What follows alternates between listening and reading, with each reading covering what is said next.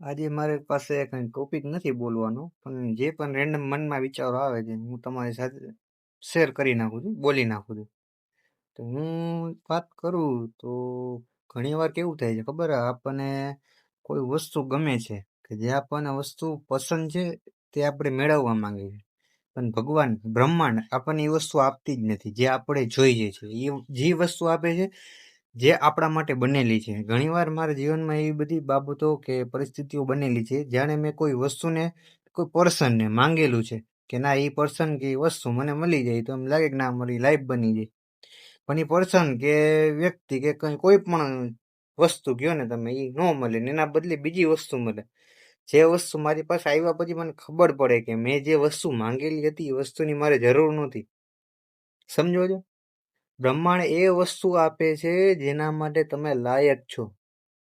તો તમે સમજો કે તમે શું કરવા માટે સક્ષમ છો. તમારા અંદરની શક્તિને તમે ઓળખો કે તમે તમારા જીવનમાં કઈ રીતે પ્રગતિ કરશો.